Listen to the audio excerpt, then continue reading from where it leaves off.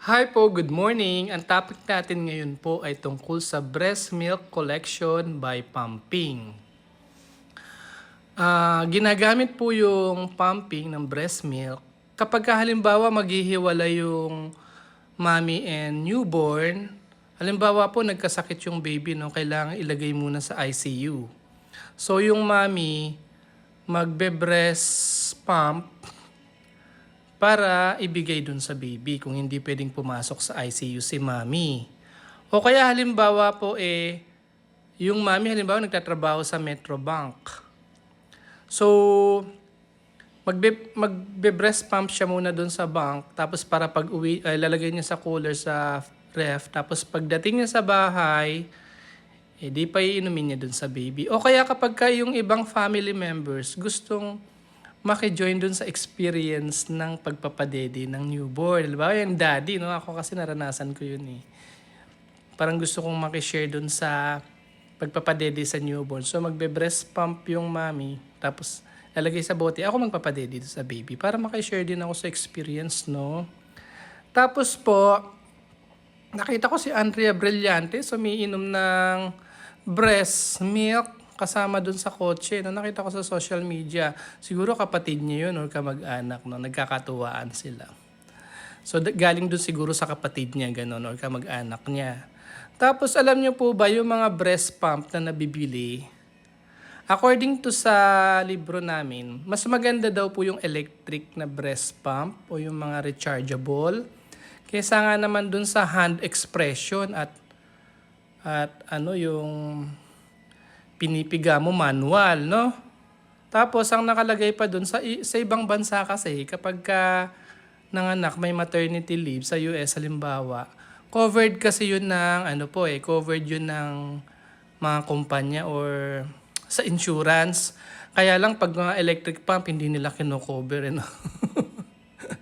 Loko din yung mga insurance dun, no?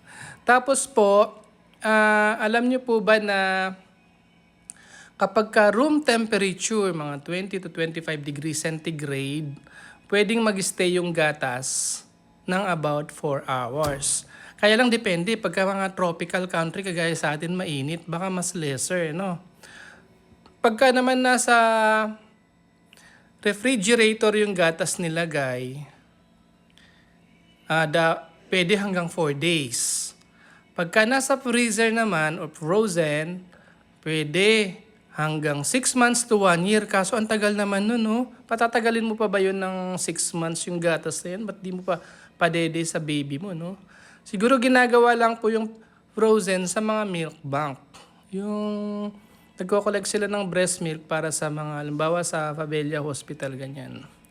Pwedeng mag-stay sa freezer yung breast milk ng 6 months to 1 year. Ayun. Siyempre dapat po sa pagka-collect ng breast milk sa breast pump, kailangan malinis.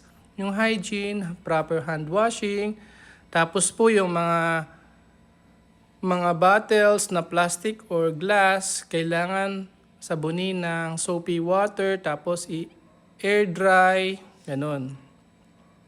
I-rinse mabuti, syempre. Ano namang nakalimutan ko? Yun po, yung pagpa-breast milk, kailangan po yung breast milk na galing sa breast pump ay huwag i-microwave. Huwag i-microwave. Kasi naalala ko dati yung kape ko linamig, no? Tapos nilagay ko sa freezer, sa microwave yung kape ko. Akala ko tama lang yung init. Pero nung sinip kong gano'n, ang init pala sa loob. Kasi ganun po yung sa pag microwave. Yung gatas ng baby, meron doon tinatawag na mga hot spots. Yung akala mo tama lang yung temperature dun sa bote, pero yung loob ng gatas ay mainit. Kawawa naman si baby, no? Mababanlian yung dila niya. So, ganon. So, dapat din po sa pagbe-breast milk by breast pump, kailangan sundin pa rin yung pace breast milk feeding.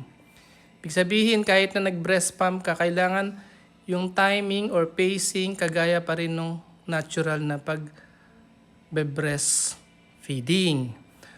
Tapos ano ba, bakit bawal i-microwave yung breast milk?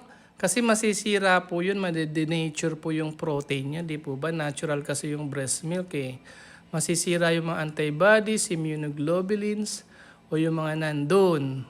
Diba? Breast milk kasi is golden liquid tapos masisira.